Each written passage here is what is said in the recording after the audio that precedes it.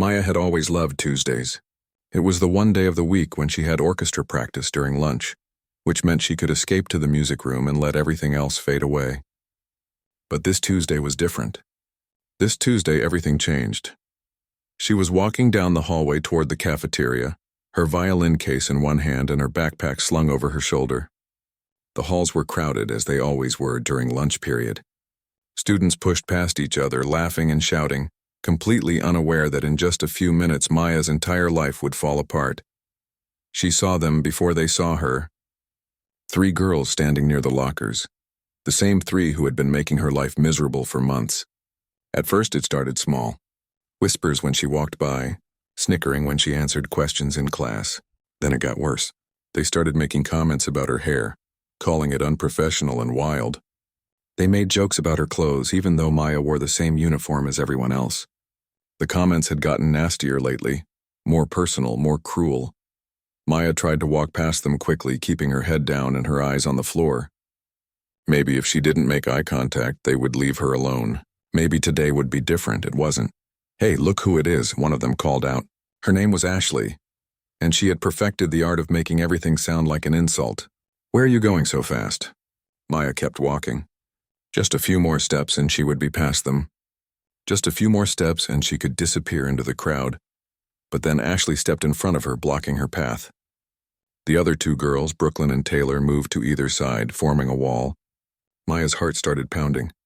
This had never happened before. Usually they just said things from a distance. They had never actually surrounded her like this. "I asked you a question," Ashley said, crossing her arms. "Don't you have any manners?" Maya swallowed hard. Her mouth felt dry. "I'm just trying to get to lunch," she said quietly, trying to keep her voice steady. Brooklyn laughed. "Did you guys hear something?" "I thought I heard something." "Probably just the wind," Taylor said, and they all laughed like it was the funniest thing in the world. Maya tried to step around them, but Ashley moved again, blocking her way. "You know what your problem is?" Ashley said, leaning in closer. "You think you're better than everyone else, walking around with your violin, acting all smart in class. Nobody likes a show-off."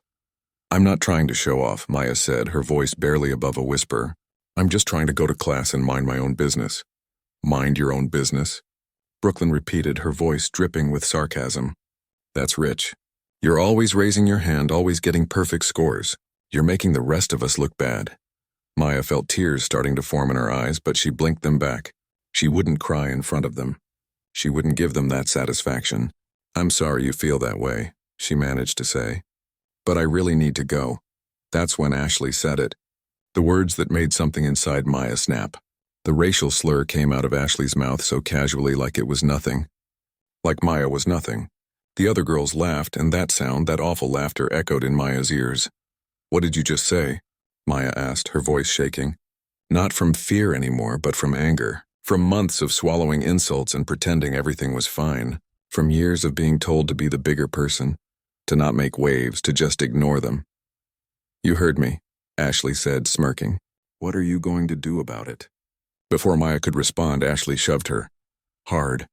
Maya stumbled backward, her back slamming against the lockers with a loud crash. Her violin case fell from her hand, clattering to the ground. Pain shot through her shoulder blades, and for a moment she couldn't breathe.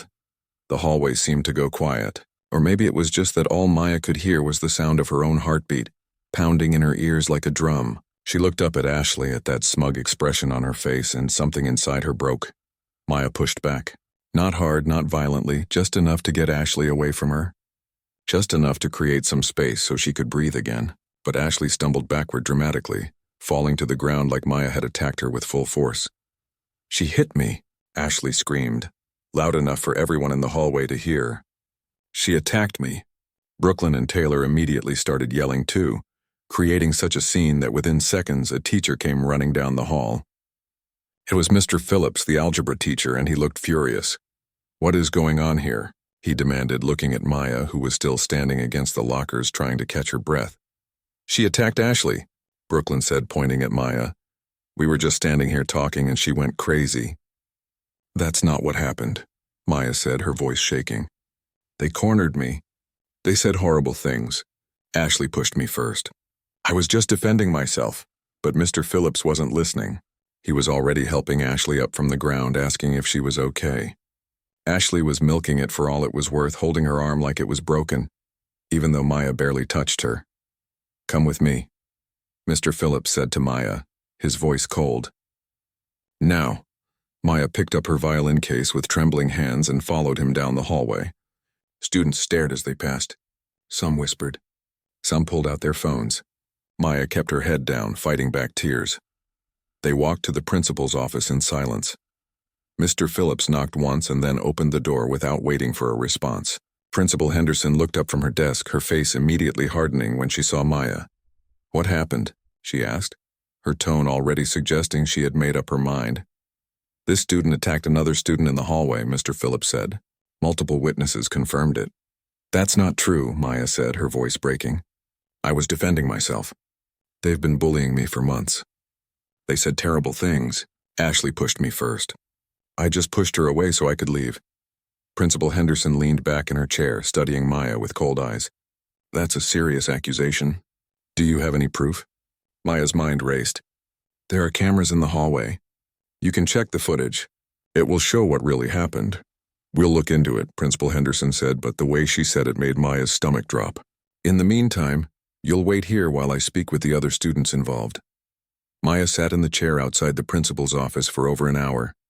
She watched as Ashley, Brooklyn, and Taylor were brought in one by one. She heard their muffled voices through the door, heard them all telling the same story, the same lie. When their parents arrived, Maya heard even more shouting, more accusations. Her mother couldn't come. She was at work at her first job of the day. Maya had called her crying, trying to explain what happened. But her mother could barely hear her over the noise of the restaurant kitchen where she worked. "Baby, I'll get there as soon as I can," her mother had said, her voice tight with worry. "Just tell the truth. Everything will be okay." But when Principal Henderson finally called Maya back into her office, Maya knew everything was not going to be okay. "I've spoken with the other students and their parents," Principal Henderson said, not bothering to invite Maya to sit down. "I've also reviewed our security footage. Unfortunately, the camera in that particular hallway was malfunctioning today. There's no video evidence of what occurred." Maya's heart sank. "But that's impossible. Those cameras are always working." "I've seen them. Are you calling me a liar?" Principal Henderson's voice was sharp. "No, I'm telling you what happened. Please, you have to believe me." Principal Henderson opened a folder on her desk and pulled out a piece of paper. "Riverside High has a zero-tolerance policy when it comes to violence. Based on the statements from multiple witnesses and the severity of the incident, I'm expelling you effective immediately." The words hit Maya like a physical blow. "What? No, you can't do that. I defended myself. They attacked me first. That's not what the other students said. And without video evidence, I have to go by witness statements. The decision is final." Principal Henderson slid the paper across her desk. "This letter explains the expulsion and the appeals process. You have 10 days to remove your belongings from your locker. You are not permitted on school grounds after today." Maya stood there, frozen, unable to process what was happening. This couldn't be real. She had done everything right. She had good grades, perfect attendance, no disciplinary record. How could her entire future be destroyed because she refused to let someone hurt her? "But I have orchestra practice," Maya said stupidly, as if that mattered now. "And I'm supposed to take the SAT next month. I have college applications to finish." "You should have thought about that before you attacked another student," Principal Henderson said coldly. "Now please leave my office. Your mother can collect your belongings tomorrow." Maya walked out of that office in a daze. The hallways were empty now, everyone back in class. Her footsteps echoed in the silence as she made her way to the exit. When she pushed open the front doors, the cold February air hit her face, and finally, the tears came. She had been expelled for defending herself. And nobody cared about the truth. The first week after the expulsion was the worst. Maya didn't leave her room except to use the bathroom. She kept the curtains closed, blocking out the sunlight that felt too bright. Too cheerful for what her life had become, her violin sat in the corner untouched. She couldn't bear to look at it. Her mother, Patricia, tried everything. She brought Maya's favorite foods to her room. She sat on the edge of the bed and stroked Maya's hair like she used to do when Maya was little. She told her daughter that everything would be okay, even though they both knew that might not be true. Patricia had taken time off from both of her jobs to deal with the situation, which meant they were losing money they couldn't afford to lose. She spent hours on the phone, calling the school district office, trying to get anyone to listen. But every call ended the same way. The decision had been made. The case was closed. They won't even look at it, Patricia said one evening, her voice thick with exhaustion. She was sitting at the kitchen table, surrounded by papers and notes. Maya had come out of her room for the first time in days, drawn by the smell of dinner cooking on the stove. I've called everyone I can think of. The superintendent's office. The school board. Nobody wants to hear our side of the story. Maya sat down across from her mother. She looked terrible, and she knew it. Her hair was a mess, her eyes were swollen from crying, and she was still wearing the same clothes she had worn 2 days ago. "I'm sorry, Mom," she said quietly. "This is all my fault. Don't you dare say that," Patricia said fiercely, reaching across the table to grab Maya's hand. "This is not your fault. You defended yourself. That's what I taught you to do. This is on them, not you." But Maya couldn't shake the guilt. She watched her mother work herself to exhaustion, trying to fix a problem that seemed impossible to solve. She thought about all the plans they had made together. The college tours they were supposed to take this summer. The scholarship applications Maya was supposed to be filling out. All of it felt like a distant dream now. The school district had already flagged Maya's record. Patricia had tried to enroll her in another school across town, but they turned her away as soon as they saw the expulsion on her file. The guidance counselor at that school had looked at Patricia with something like pity and said there was nothing they could do. "Have you considered homeschooling?" the counselor had suggested, as if that was a realistic option for a single mother working 2 jobs just to keep the lights on. Maya started spending her nights on the computer, unable to sleep. At first, she just scrolled mindlessly through social media, watching other kids from her school post about their normal lives. Football games, dances, homework complaints, things that used to be her life too. Then one night she started searching for answers. She typed "expelled for self-defense" into the search bar and was shocked by what she found. Pages and pages of stories just like hers. Students, mostly black and brown students, who had been punished more severely than their white peers for the same behavior. Kids who had been suspended or expelled for defending themselves while their attackers got away with a warning. She learned about something called the school-to-prison pipeline. How harsh disciplinary policies pushed kids out of schools and into the criminal justice system.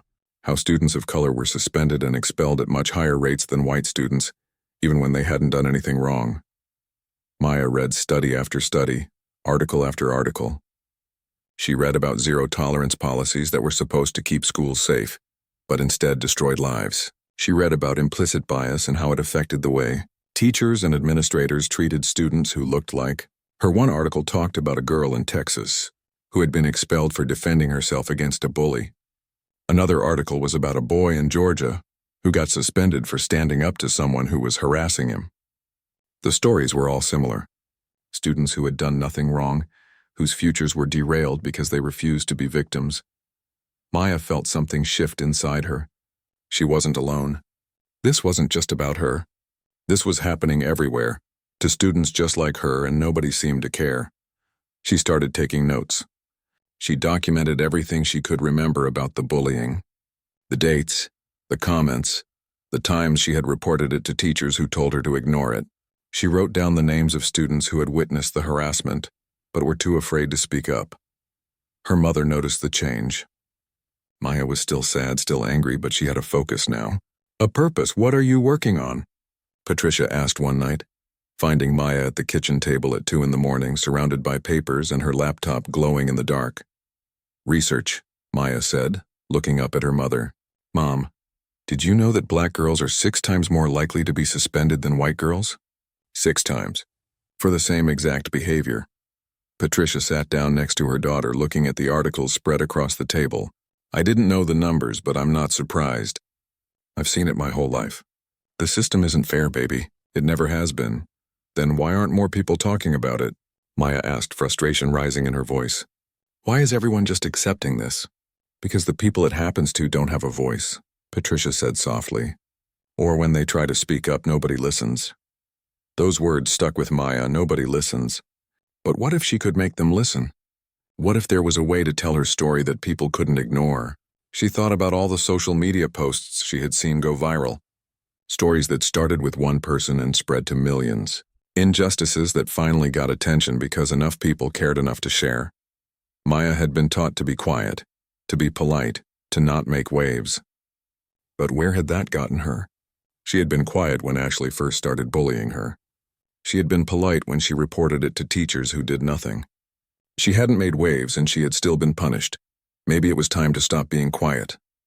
The idea terrified her. Putting herself out there, making her story public, opening herself up to judgment and criticism. What if people didn't believe her? What if they sided with Ashley? What if it made everything worse? But it couldn't get much worse than it already was. She had already lost everything. Her school, her friends, her future. What did she have left to lose? Maya started writing. She wrote down everything that had happened. From the first day Ashley had targeted her to the moment Principal Henderson handed her that expulsion letter. She included details she had tried to forget.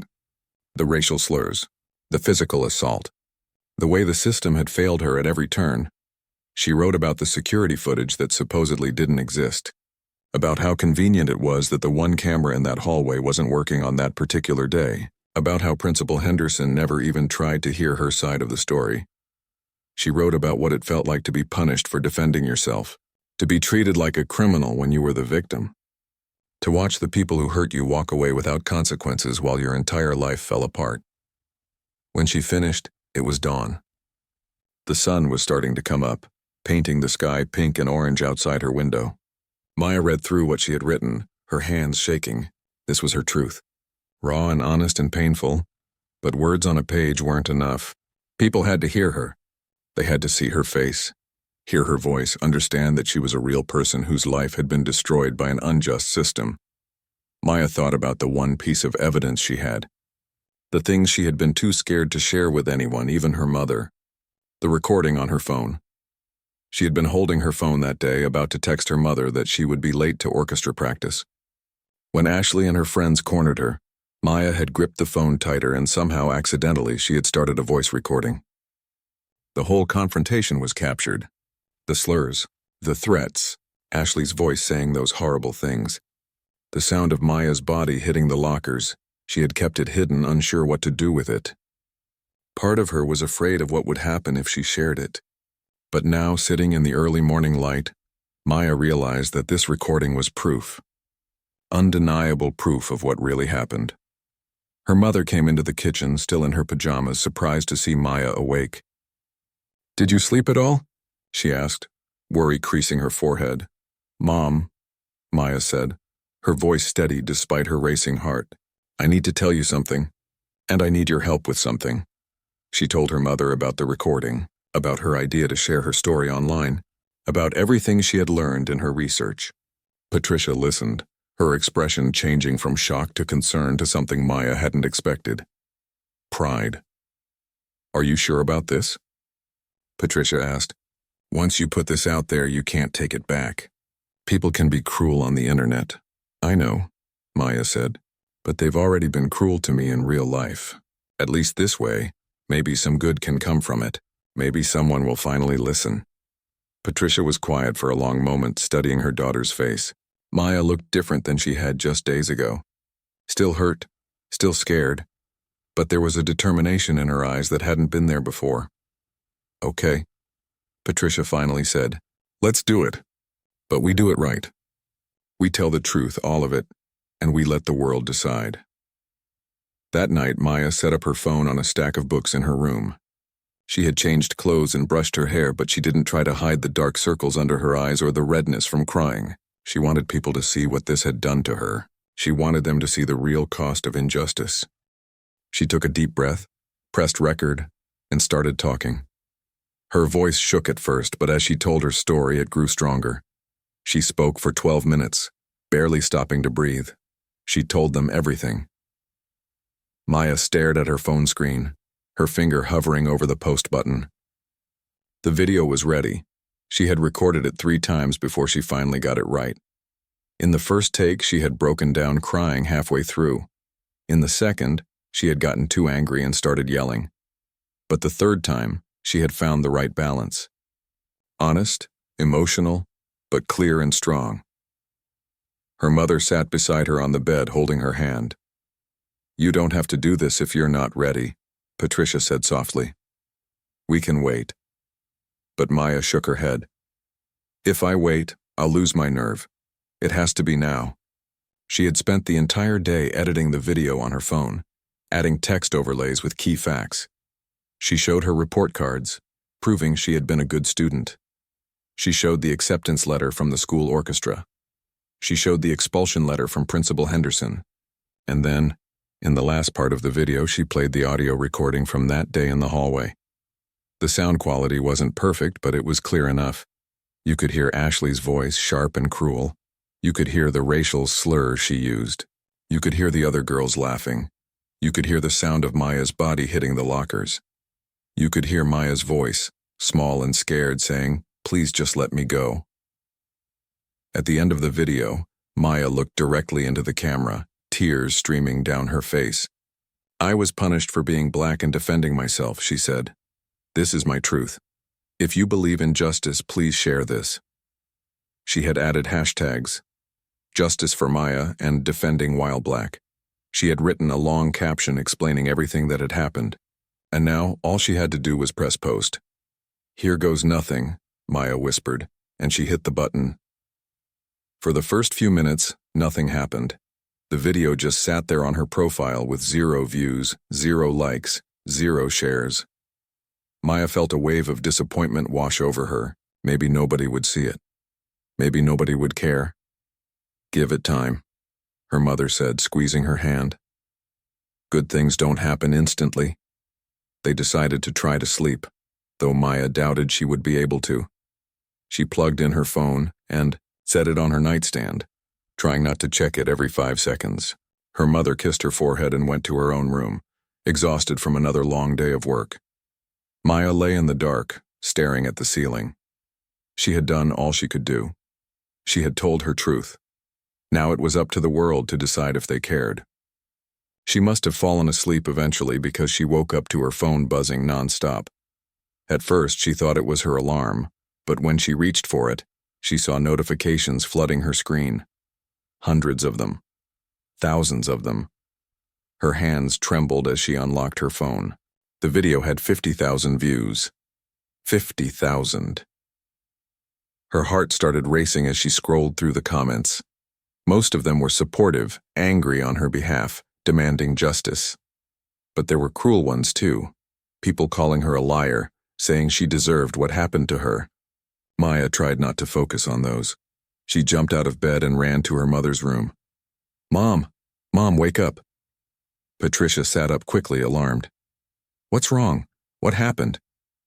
The video, Maya said, her voice shaking with a mixture of excitement and fear. People are watching it, thousands of people. They spent the next hour sitting together, watching the numbers climb higher and higher. By breakfast time, the video had hit 500,000 views. Maya's phone was ringing constantly, numbers she didn't recognize. Her social media was flooded with messages from reporters, from civil rights organizations, from people who wanted to help. We need to be careful, Patricia said, suddenly worried.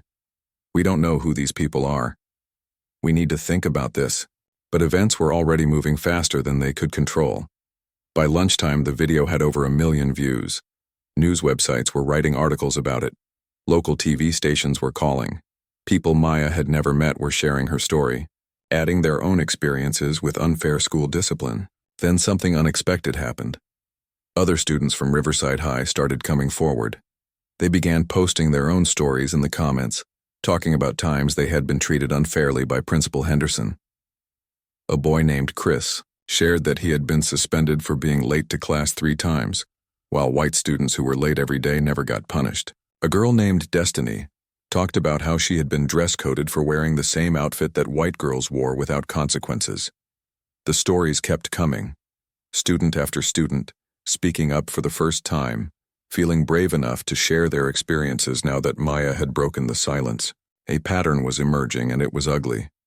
Principal Henderson had a history of treating students of color more harshly than white students. Everyone knew it, but nobody had said anything because they were afraid. Not anymore. By that evening, the video had 2 million views. National news networks were calling. Maya's phone hadn't stopped ringing all day. Patricia had to take another day off work, and she sat with Maya as they tried to figure out what to do next. "There's a lawyer named Mr. Chen who keeps calling," Patricia said, looking at her notes. "He says he's with a civil rights organization and wants to help us. He says he'll work for free." Maya was overwhelmed. This was so much bigger than she had imagined. She had just wanted someone to listen to her story. She hadn't expected the entire world to care. "Should we trust him?" Maya asked. "I looked him up," Patricia said. "He's legitimate. He's worked on cases like this before. I think we should at least hear what he has to say." They called Mr. Chen back, and he explained that he wanted to represent Maya in demanding her reinstatement and in holding the school accountable for discrimination. He talked about filing complaints with the Department of Education, about investigating the school's disciplinary practices, about making sure this never happened to another student. "Maya," Mr. Chen said, his voice warm and sincere over the phone, "what you did by sharing your story took incredible courage, and now we have an opportunity to turn your pain into real change. Are you ready for that?" Maya looked at her mother, who nodded encouragingly. "Yes," Maya said, "I'm ready." The next morning, Principal Henderson held a press conference. Maya and her mother watched it on TV, sitting on their couch with their arms around each other. Principal Henderson stood at a podium in front of the school, looking calm and professional. But Maya could see the tension in her jaw, the way her hands gripped the sides of the podium. "I want to address the recent video that has been circulating online," Principal Henderson began. "First, let me be clear that Riverside High School follows all proper procedures when it comes to student discipline.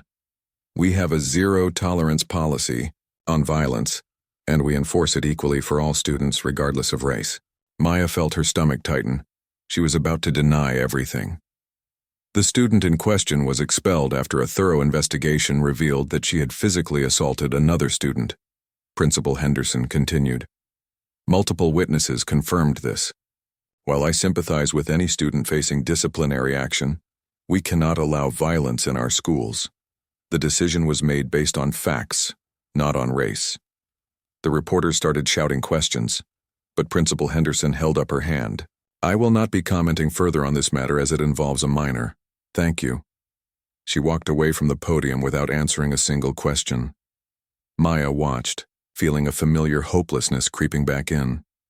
Principal Henderson was going to get away with it. She had the power, the position, the system backing her up. But then Maya's phone buzzed with a notification. Someone had posted a new video. She clicked on it and saw something that made her gasp. It was security footage. Real security footage from the hallway that day. Someone had leaked it. The video showed everything. Ashley and her friends cornering Maya, the pushing, Maya defending herself, all of it. The video had a timestamp, and the camera angle clearly showed it was from the school's security system. The same footage that Principal Henderson claimed didn't exist. "Mom," Maya whispered, her voice shaking. "Look at this." Patricia watched the video, her eyes widening. How did this get out?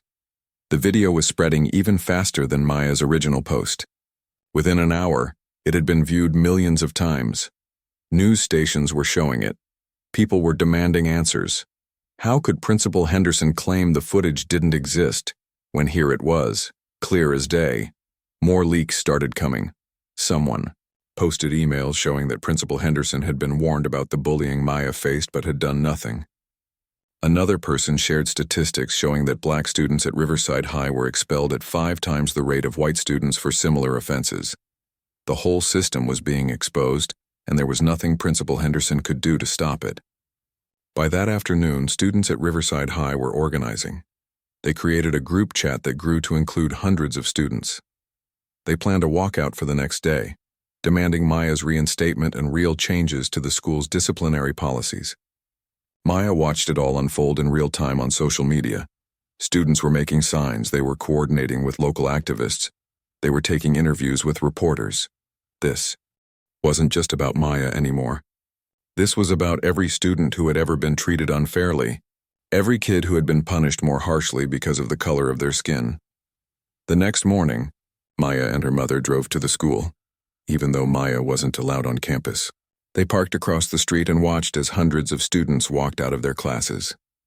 They marched to the front of the school, holding signs that read, "Justice for Maya" and "End Racist Discipline" and "We Stand Together."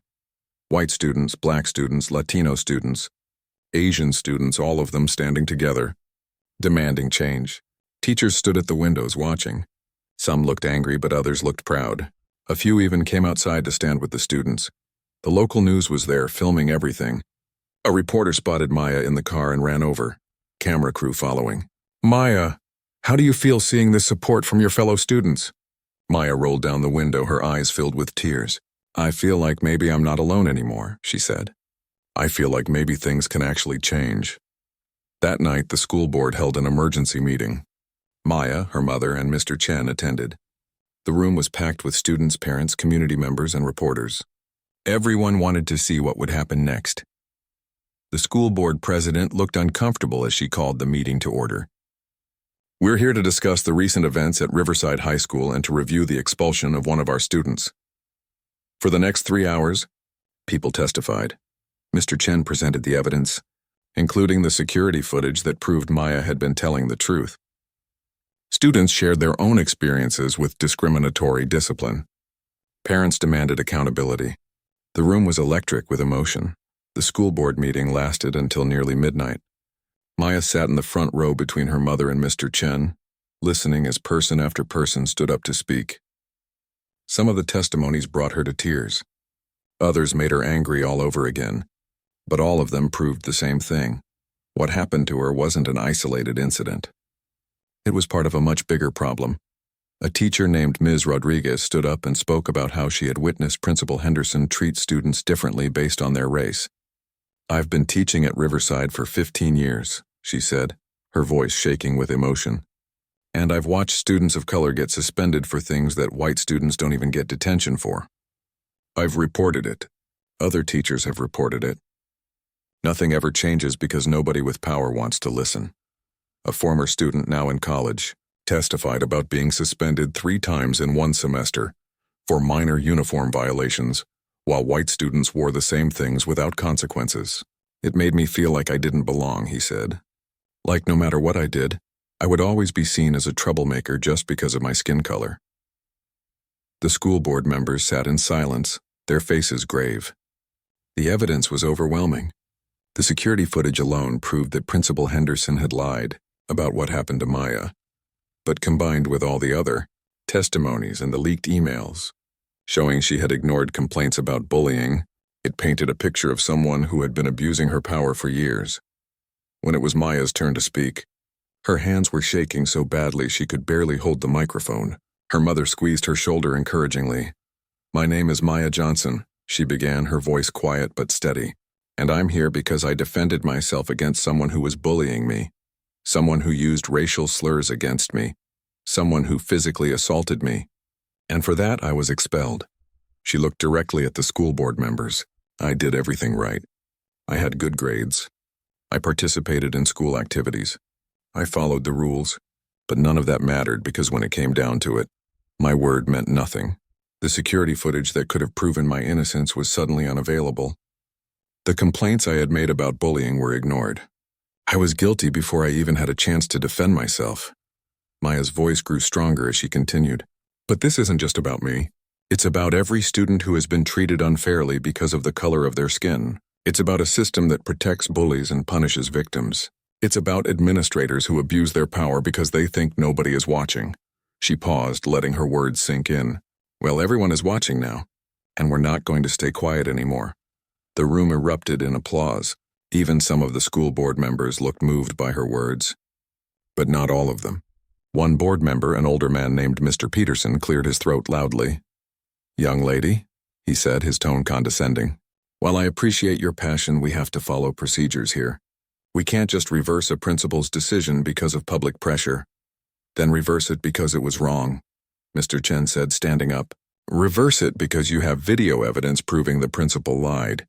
Reverse it because you have documented proof of discriminatory practices. Or reverse it because if you don't, we'll be filing a federal civil rights complaint tomorrow morning." Mr. Peterson's face turned red. "Is that a threat?" It's a promise, Mr. Chen said calmly. My organization has already compiled extensive evidence of civil rights violations at Riverside High School. We have statements from over 30 current and former students detailing discriminatory treatment. We have disciplinary records showing the massive disparity in how students of color are punished compared to white students. We have emails proving that complaints were ignored. Do you really want this to go to federal court? The school board members began whispering among themselves. The president called for a short recess and they disappeared into a back room to deliberate. Maya felt like she might throw up. This was it. This was the moment that would determine her future. She leaned against her mother, suddenly exhausted from the emotional weight of the evening. You did amazing, baby, Patricia whispered, kissing the top of her head. No matter what happens, I'm so proud of you. What if they don't reinstate me? Maya asked. What if they side with Principal Henderson? Then we keep fighting, her mother said firmly.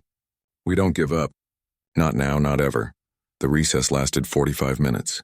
When the school board members finally returned, they all looked tired and stressed. The president sat down and shuffled some papers, avoiding eye contact with anyone in the room. After careful consideration of the evidence presented tonight, she began, reading from a prepared statement.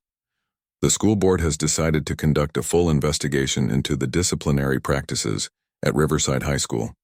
We will be bringing in an independent investigator to review all policies and procedures. Maya's heart sank.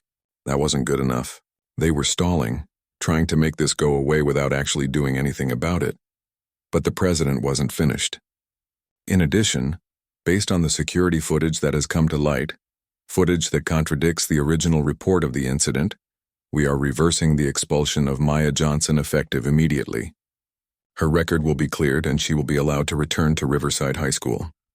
The room exploded with cheers and applause. Maya felt her mother grab her in a tight hug, both of them crying with relief. Mr. Chen was smiling, shaking hands with people around him. Students were hugging each other, celebrating the victory. But Maya noticed that the president still looked uncomfortable. She held up her hand for quiet. There's more, she said.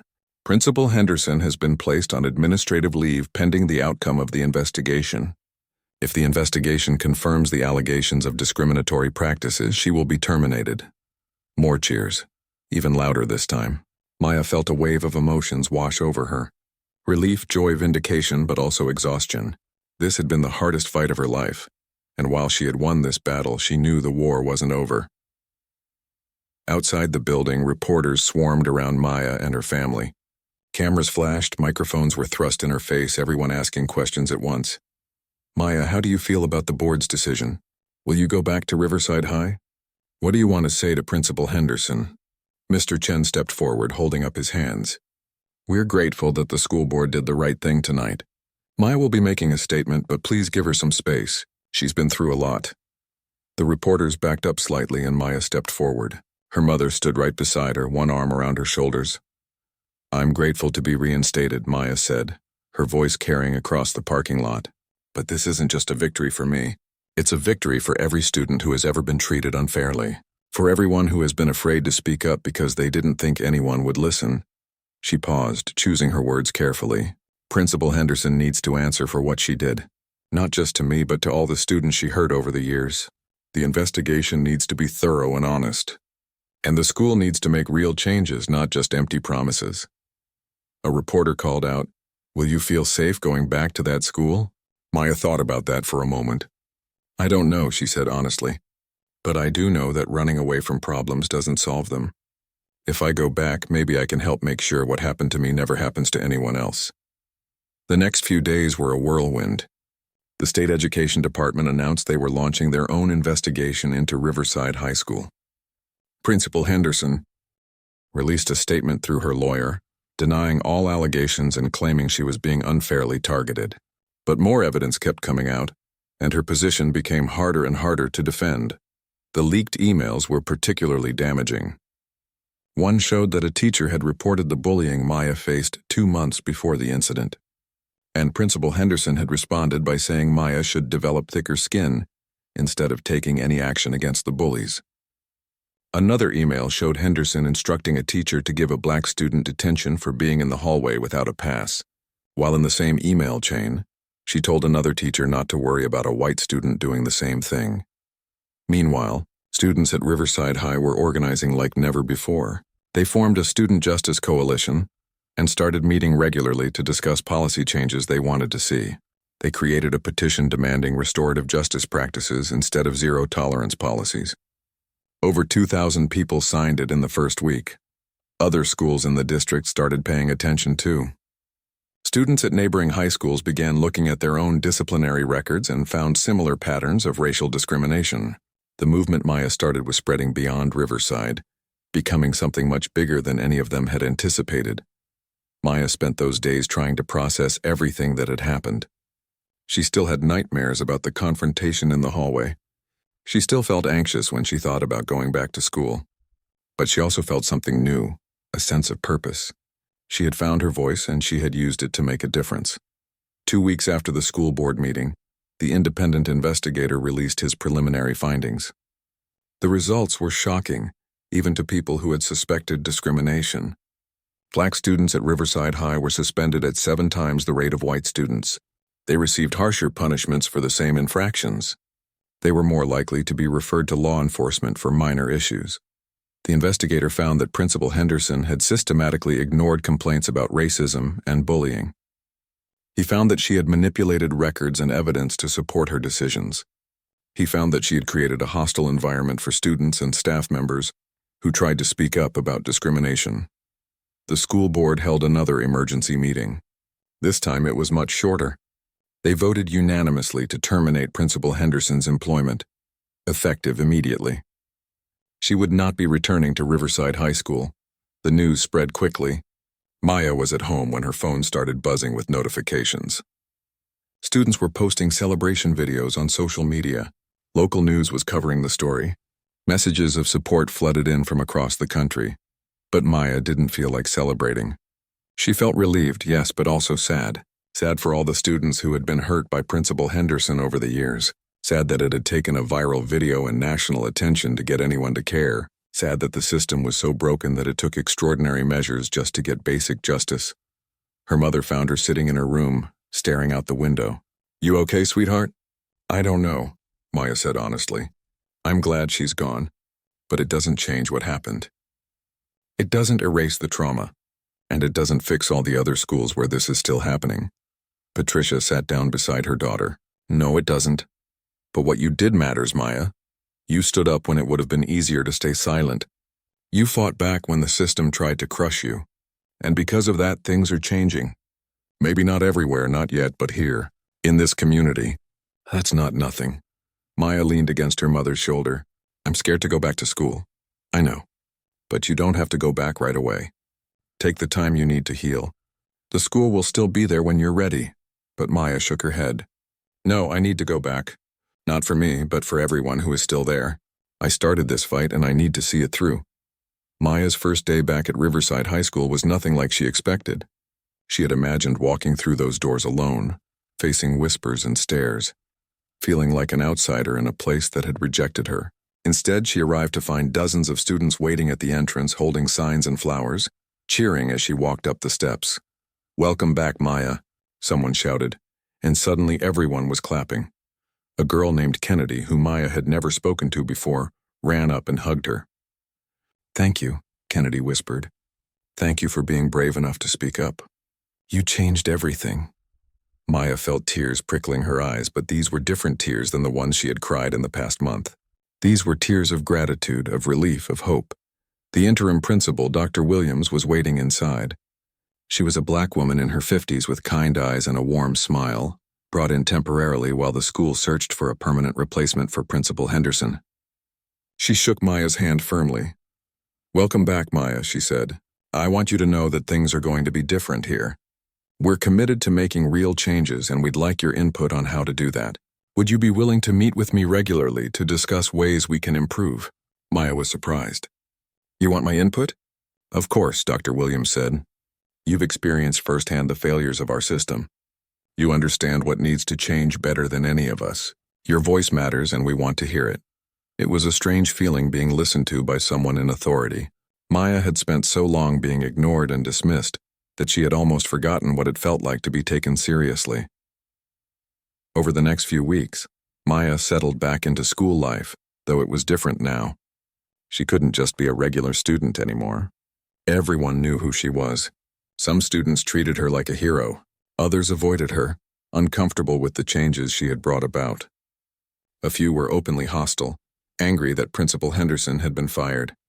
Ashley and her friends were gone.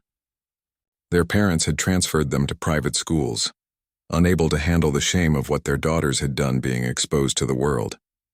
Maya felt conflicted about that. She hadn't wanted to ruin anyone's life.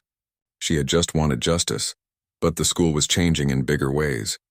The Student Justice Coalition that had formed during the protests was now officially recognized by the school. They met weekly to discuss policy changes and to advocate for students who felt they were being treated unfairly. Maya became one of the lead organizers, though she tried not to take all the credit. This was a group effort, a community coming together.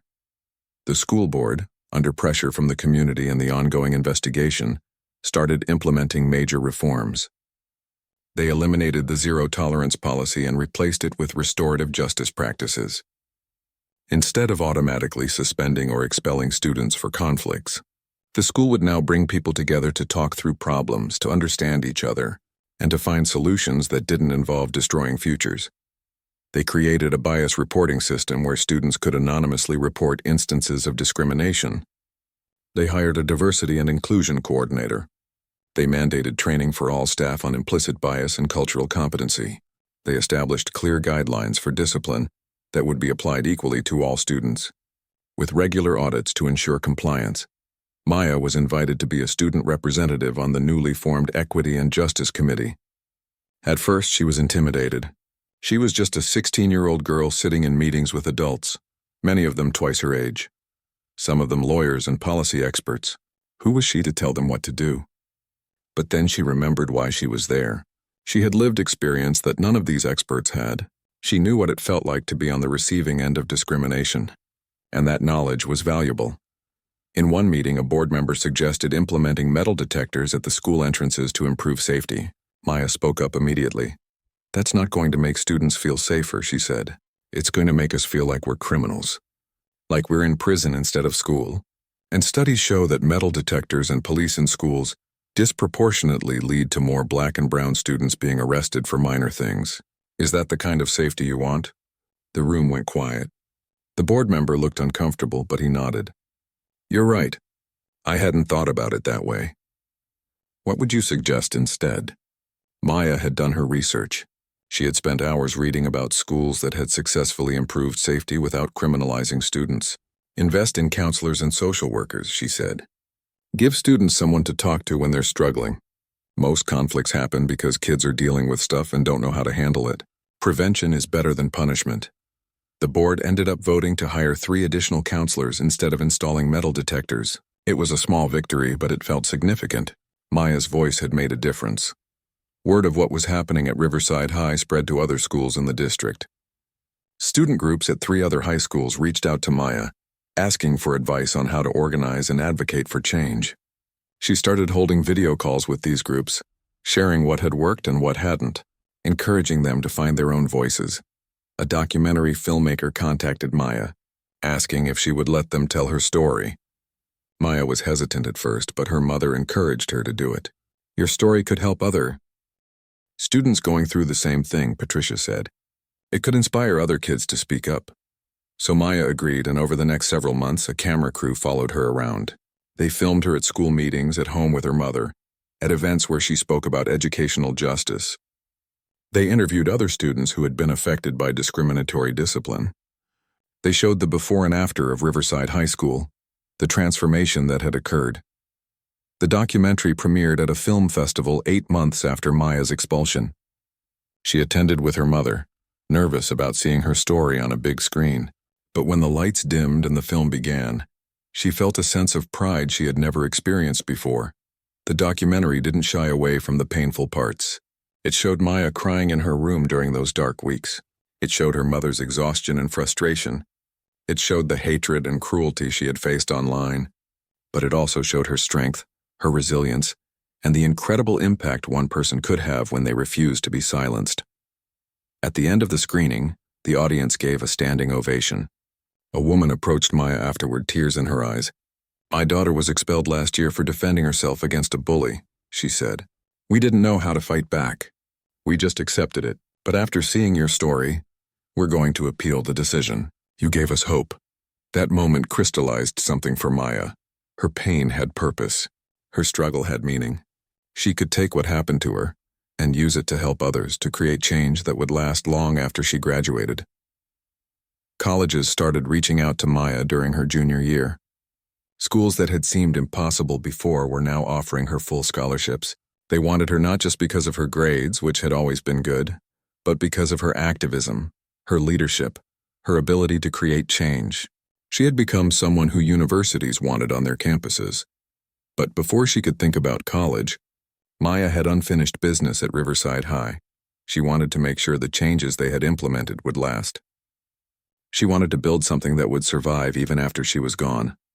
Working with the Student Justice Coalition, Maya helped create a peer mentorship program.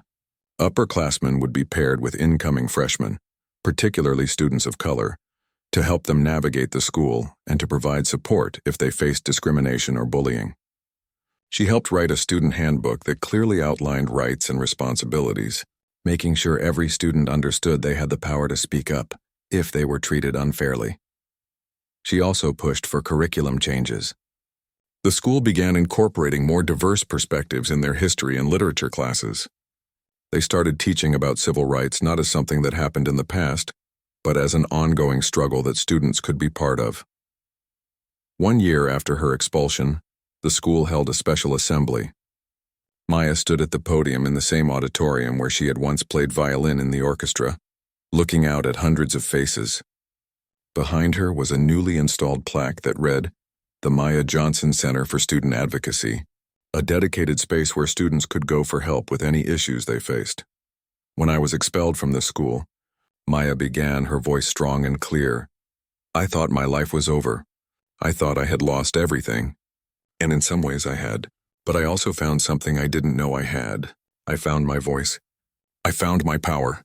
I found out that one person really can make a difference. She paused, looking around the room.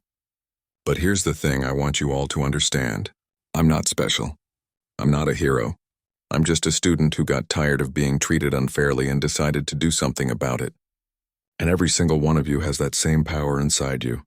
She pointed to the students in the audience. You don't have to wait for someone else to create change. You don't have to accept injustice because that's how things have always been. You have a voice. Use it. You have power. Claim it. And when you see something wrong, don't stay silent. Speak up, stand up, and know that you're not alone. The room erupted in applause. Maya saw students crying, teachers nodding, her mother beaming with pride in the front row. But what moved her most was seeing younger students in the audience, students who had just started at Riverside High, looking at her with hope in their eyes. They would inherit the changes she had fought for. They would continue the work she had started. After the assembly, students lined up to talk to Maya, to thank her, to share their own stories. One freshman girl approached shyly. I was being bullied, she said quietly. But because of what you did, I felt like I could report it. And the school actually listened. They actually helped me. Thank you. That's when Maya realized the full impact of what she had done. It wasn't just about her anymore. It wasn't even just about Riverside High. It was about creating a world where students felt safe to speak up, where justice wasn't just a word but a reality, where one person's courage could inspire countless others. As Maya walked out of the school that day, the same doors that had once closed on her during her expulsion, she felt different. Not because she had won, though she had. Not because she was famous, though her story had reached millions. But because she had discovered something essential about herself. She had learned that being knocked down doesn't mean you're defeated. That having your voice silenced doesn't mean you have nothing to say. That the system trying to break you doesn't mean you have to break. Sometimes when they try to destroy you, you don't just survive. You transform, you rise. You become something stronger than you were before. And in the process, you show others that they can do the same. Maya thought about the girl who had walked these same halls months ago, the one who kept her head down and tried not to make waves. That girl was gone. In her place was someone who knew her worth, who understood her power, who wasn't afraid to fight for what was right. And as she walked to her mother's car, surrounded by friends who had stood by her through everything, Maya smiled. Not because the journey had been easy. It hadn't. Not because everything was perfect. It wasn't. But because she had taken her pain and turned it into purpose. She had taken her struggle and transformed it into strength. They had tried to silence her for defending herself. Instead, she had found her voice and used it to defend everyone. And that, Maya realized, was the most powerful thing of all. The change she created would ripple outward, affecting students she would never meet, in schools she would never visit for years to come. One girl's courage to speak her truth had started a movement. And movements, once started, are impossible to stop. That was Maya's legacy. Not the expulsion that almost destroyed her, but the transformation that it sparked. Not the injustice she suffered, but the justice she fought for. Not the silence that was forced upon her, but the voice she refused to let be taken away. And somewhere, in another school, another student facing similar injustice would see Maya's story and find the courage to speak up. They would know they weren't alone. They would know change was possible. They would know that one voice raised in truth could shake the foundations of even the most powerful systems. That's what happens when you try to break someone who knows their worth. They don't break. They build. They create. They transform not just themselves, but the entire world around them. And that transformation, Maya knew, was just beginning.